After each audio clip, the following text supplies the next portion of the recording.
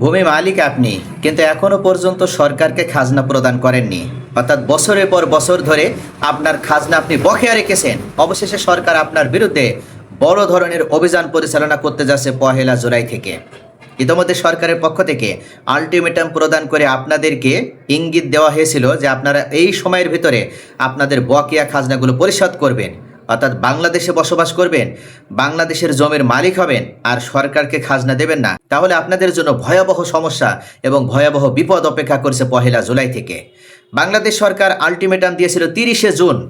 এই 30 জুনকে ডেডলাইন হিসেবে ঘোষণা প্রদান করা হয়েছিল এবং উল্লেখ করা হয়েছিল যাদের খাজনা বকেয়া রয়েছে, হোক সেটা 1 বছর, 2 বছর, 3 বছর, 4, 5 বছর, যত বছরে খাজনায় বকেয়া থাক না কেন, অবশ্যই 30 জুনের ভিতরে তাদের খাজনাগুলো পরিশোধ করতে হবে। যদি খাজনা পরিশোধ না করা হয় তাহলে 1 জুলাই থেকে এই ভূমি মালিকদের উপরে 4টি বড় বিপদ নেমে আসবে। ইতিমধ্যে সরকারের পক্ষ থেকে জানিয়েও দেওয়া হয়েছে যে তারা এমন 4টি বড় বিপদের মুখোমুখি হতে যাচ্ছে যেটার মাধ্যমে হয়তোবা তাদের জমির মালিকানায় থাকবে না। তো অবশেষে সরকারের পক্ষ থেকে এই গুরুত্বপূর্ণ সিদ্ধান্ত নেওয়া হয়েছে এবং যারা খাজনা পরিশোধ করেনি, যারা 30 জুনের মধ্যে খাজনা পরিশোধ করবে না, 1 জুলাই থেকে তারা এমন 4টি বড় বিপদের মুখোমুখি হবে যে বিপদগুলো সম্পর্কে আজকের ভিডিওতে আমি বিস্তারিতভাবে আলোচনা করব। আমরা সকলেই জানি জমির মালিকানা লাভ করার 3টা গুরুত্বপূর্ণ পথ আছে। তার ভিতরে 1 নম্বর হচ্ছে ক্রয় সূত্রে মালিকানা লাভ করা। যারা ক্রয় সূত্রে মালিকানা লাভ করে তাদের একটা দলিল থাকে, এই দলিলটাই পরে আবার নামজারি করে জমির মালিকানা নিশ্চিত করতে হয়, অর্থাৎ সরকারের রেকর্ড সংশোধন করে নিজের নাম সেখানে অন্তর্ভুক্ত করতে হয়। কিন্তু এটার মাধ্যমে কি একজন ভূমি মালিকের দায়িত্ব শেষ হয়ে গেল? এই ভূমি মালিকের কি আর কোনো দায়িত্ব থাকে না? বাংলাদেশের প্রেক্ষাপটে আমরা দেখি যে ভূমি মালিকেরা অত্যন্ত অসতর্ক। তারা এই বিষয়ে কোনোভাবেই সতর্কতা অবলম্বন করে না, অর্থাৎ বছরের পর বছর অতিবাহিত হয়ে যায়, তারপরও তারা খাজনা প্রদান করতে চায় না। আর এই কারণে ভূমি মালিকরা নিজেরাই বিপদে পড়ে, তারা নিজেরাই নিজেদের পায়ে কুড়াল মারে। আরও একটা গুরুত্বপূর্ণ বিষয়, যারা উত্তরাধিকার সূত্রে জমির মালিকানা লাভ করে তাদের ক্ষেত্রে এই ধরনের সমস্যা লক্ষ্য করা যায়। আমরা দেখতে পারি উত্তরাধিকার সূত্রে যারা ভূমির মালিকানা পেয়ে থাকে তারা মূলত এমনটাই মনে করে যখন রেকর্ড আসবে তখন আমরা রেকর্ডে নিজেদের নাম উঠিয়ে নেব, ব্যাস আমাদের এর মাঝখানে আর কোনো খাজনা দেওয়া লাগলো না। তাহলে যখন রেকর্ড হয়ে যাবে, রেকর্ড পরবর্তী সময় থেকে আমরা মালিকানা পাবো, আমরা তখন বছর বছর খাজনা পরিশোধ করব। আর এই মাঝখানে যে বছরগুলো অতিবাহিত হয়ে যাবে এইগুলো আমাদের লাভ। এভাবে অনেক ভূমি মালিক আছে, তারা সরকারকে ঠকানোর প্ল্যান করে থাকে। মূলত এই ভূমি মালিকরাও তারা নিজেরাই কিন্তু নিজেদের তৈরি করা গর্তে তারা পড়েছে। তারা জানে না যে এই সিদ্ধান্ত নেওয়ার মাধ্যমে তারা নিজেদের পায়ে কিভাবে তারা কুড়াল মেরেছে এবং তারা কতটা ক্ষতিগ্রস্ত। আরেকটা গুরুত্বপূর্ণ আরেক ধরনের ভূমি মালিক আছে, তারা মূলত ক্রয় সূত্রে নাই, উত্তরাধিকার সূত্রেও নাই, তারা মামলার মাধ্যমে জয়লাভ করার মাধ্যমে মালিকানা পেয়েছে। খুব ভালো কথা। অনেকে আছে তামাদি আইনের 28 ধারা ইউজ করে মালিকানা পেয়ে থাকে, আবার দীর্ঘদিন ধরে মালিকানা নিয়ে তাদের ভিতরে কোনো সমস্যা ছিল, সেটাও তারা জয়লাভ করে মালিকানা পেয়েছে। তো যে সোর্সেই তারা মালিকানা পাক না কেন, মামলায় জয়লাভ করার পর কোর্ট থেকে যে ডিক্রিটা সে পেয়েছে এটাই এখন তার একটা দলিল হিসেবে কাজ করবে। এবং এই ডিক্রি মূলে যদি তার রেকর্ড সংশোধন হয় তাহলে সেটা করতে হবে। যদি সে তামাদি আইনের 28 ধারা অনুযায়ী জমির মালিকানা পায় তাহলে এটা তার দলিল হিসেবে কাজ করবে, এটাকে সে নামজারি করে নিবে। যখন নামজারি করে নেবে তখন কিন্তু সে মনে করে আমার মালিকানার সকল কার্যক্রম সম্পন্ন হয়ে গেছে, এখন আমি নিশ্চিন্ত মনে এই জমি দখল করব বা ভোগ করতে থাকব। এই ভূমি মালিকগুলোর জন্য অবশেষে সরকার আলটিমেটাম দিয়েছিল যে আপনারা এখনও যারা খাজনা পরিশোধ করেননি, বছরের পর বছর খাজনা আপনারা দেননি, 30 জুনের ভিতরে অবশ্যই আপনাদের খাজনা পরিশোধ করতে হবে। 30 জন অতিবাহিত হয়ে গেলে আপনাদের জন্য 4টি বড় বিপদ। কি সেই বিপদগুলো? 1 নম্বরে যে বিপদ সেটা হচ্ছে কোনো ভূমি মালিকের যদি একটানা 3 বছর কোনো যৌক্তিক কারণ ছাড়া যদি খাজনা বকেয়া হয়ে যায় তাহলে উক্ত ভূমি মালিকের ওই জমি সরকার চাইলেই খাস করে নিতে পারে। এমনকি ওই জমি সরকার নিলামে উত্তোলন করার মাধ্যমে বা নিলামে উঠানোর মাধ্যমে ওই জমি অন্য কোথাও বিক্রয় করে দিতে পারে। কিন্তু বাংলাদেশ সরকার অত্যন্ত আন্তরিক, তারা প্রজাদেরকে ভালোবাসে। যখন যে সরকারি ক্ষমতা এসেছে তারা প্রজা বান্ধব সরকার ছিল, যে কারণে তারা কখনো ভূমি মালিকদের উপরে কষ্ট আসে এমন কোনো কার্যক্রম বা পদক্ষেপ তারা গ্রহণ করেনি। কিন্তু আমরা ভূমি মালিক হিসেবে যারা আছি আমরা সবসময় সরকারকে ঠকানোর চিন্তায় থাকি। তো অবশেষে যদি আপনার এমন কোনো ঘটনা থাকে যেখানে আপনি পরপর 3 বছর খাজনা দেননি বা তারও বেশি, তাহলে অবশ্যই অনতিবিলম্বে আমার ভিডিও দেখার সাথে সাথে আগামীকালই খাজনা প্রদান করার জন্য আপনার নিকটস্থ যে ভূমি অফিস আছে সেখানে নায়েবের সাথে বা তহসিলদারের সাথে যোগাযোগ করবেন। অর্থাৎ আপনার যে কয় টাকা বকেয়া আছে সেই টাকাগুলো প্রদান করে আপনি চলতি বছরের খাজনা পরিশোধের দাখিলা সংগ্রহ করবেন। তাহলে আপনি নিশ্চিন্ত হতে পারবেন 1 জুলাই থেকে আপনার উপরে এই বিপদটা আর আসবে না।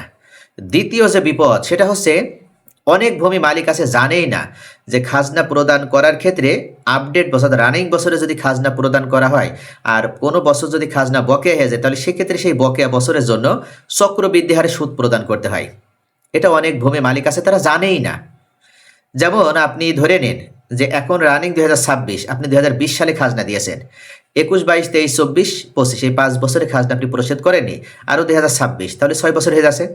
এখন আপনি মনে করছেন যে আমি 2026 সালে খাজনা দেব, তাহলে বিগত সালগুলো যেটা বকেয়া হয়েছে আপনাকে তো অবশ্যই সেই বকেয়া সালগুলোর খাজনাও দেওয়া লাগবে। এখন আপনি সেই বকেয়া সালগুলোর খাজনাও দিবেন। আপনি বলছেন বছর ওয়াইজ আমার যে খাজনা আমি সেই খাজনাটা দেব, কিন্তু যিনি দায়িত্বশীল যে কর্মকর্তা ভূমি কর্মকর্তা তিনি বলছেন না এইভাবে আমরা খাজনা নেই না। কেননা আপনি প্রথম বছরের অর্থাৎ 2021 সালে যে খাজনা আপনার ছিল সেই খাজনা যখন আপনি বকেয়া করেছেন তখন পরের বছর 22 সালে যখন আসছেন তখন ওই 1 বছরের যে সুদ আসবে ওই টাকায় সেই সুদ সহ আপনার তখন হিসাব হবে। আবার আপনার মাথা ঘোরার মতন কথা আমি আজকের ভিডিওতে বলছি, যখন 22 সালের আবার খাজনা আপনি 23 সালে দিতে যাবেন তখন 21-22-এর 2 বছরের সুদ আবার আপনাকে টানতে হবে। অর্থাৎ 23-এ যে আবার আপনার 2 বছরের চক্রবৃদ্ধি হারে সুদ চলে আসবে, অর্থাৎ সুদের সুদ হবে। আবার 24-এ যখন আসবেন আবার সুদের সুদ যোগ হবে, আবার 25-এ যখন আসছেন তখনও সুদের সুদ, এইভাবে 26-এ যখন আসছেন আপনাকে তো এই 5 বছরের খাজনা দেওয়া লাগছে, আবার সুদ সহ চক্রবৃদ্ধি হারে যে টাকাটা হবে সেটাও আপনাকে অ্যাড করে দিতে হবে। এমন সমস্যা ভূমি মালিকদের। তবে আরও আরেক জায়গায় বড় সমস্যা সেটা হচ্ছে এইভাবে টাকা প্রদান করতে যে দেখা যায় যে অনেক সময় আপনার কাছ থেকে নায়েব বা তহসিলদার আপনার যে খাজনা তার থেকে বেশি পরিমাণও আবার আদায় করে নেয়। তাই অবশ্যই প্রতি বছর যদি খাজনা দেন আপনার তাহলে এই চক্রবৃদ্ধি হারে সুদ দেওয়া লাগবে না। তৃতীয় এবং গুরুত্বপূর্ণ যে বিপদ সেটা হচ্ছে 1 জুলাই থেকে সরকারের পক্ষ থেকে খাজনার হার অর্থাৎ খাজনার পরিমাণ আবার বৃদ্ধি করা হচ্ছে। ভূমি মালিকদের জন্য এটা আলটিমেটাম আগেই দেওয়া হয়েছিল, 1 জুলাই থেকে এই 2026 1 জুলাই থেকে সুদের পরিমাণটা বাড়ানো হচ্ছে।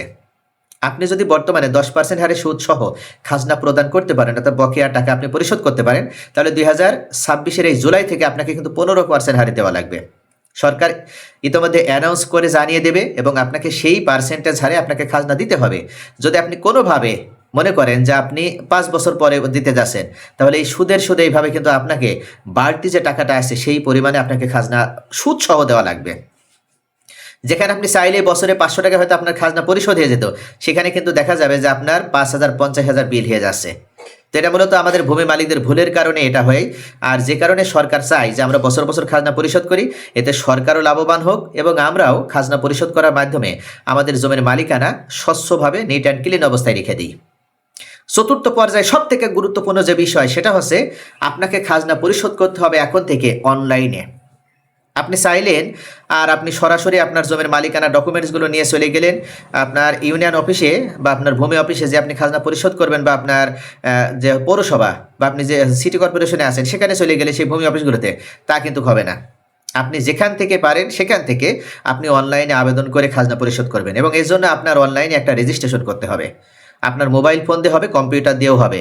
একটা সচল মোবাইল নাম্বার আপনার প্রয়োজন হবে, ভোটার আইডি কার্ড আপনার প্রয়োজন হবে এবং এগুলোর মাধ্যমে আপনি রেজিস্ট্রেশন করবেন, নিবন্ধন করবেন। এই রেজিস্ট্রেশন আইডিতে প্রবেশ করে আপনাকে খতিয়ান সাবমিট করতে হবে অথবা আপনার বিগত সালে খাজনা দিয়েছেন সেই দাখিলা সাবমিট করতে হবে। এগুলো সাবমিট করার মাধ্যমে আপনি চলতি বছরে আপনার কত খাজনা আসছে সেটা জানতে পারবেন এবং সেইভাবে আপনি পরিশোধ করতে পারবেন।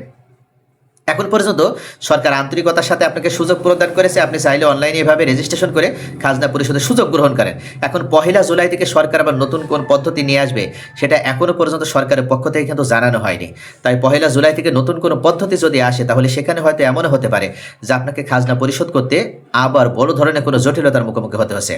তাই অনতিবিলম্বে 30 জন, এখনও দীর্ঘদিন সময় আছে, এখনও 8 দিন সময় আছে। এই 8 দিনের ভিতরে আপনারা চাইলেই খাজনা পরিশোধ করতে পারবেন। খাজনা পরিশোধ করার মাধ্যমে আপনাদের জমির মালিকানা নিট অ্যান্ড ক্লিন অবস্থায় রেখে দেন এবং আপনি ভূমি মালিক হিসেবে বিপদমুক্ত থাকেন।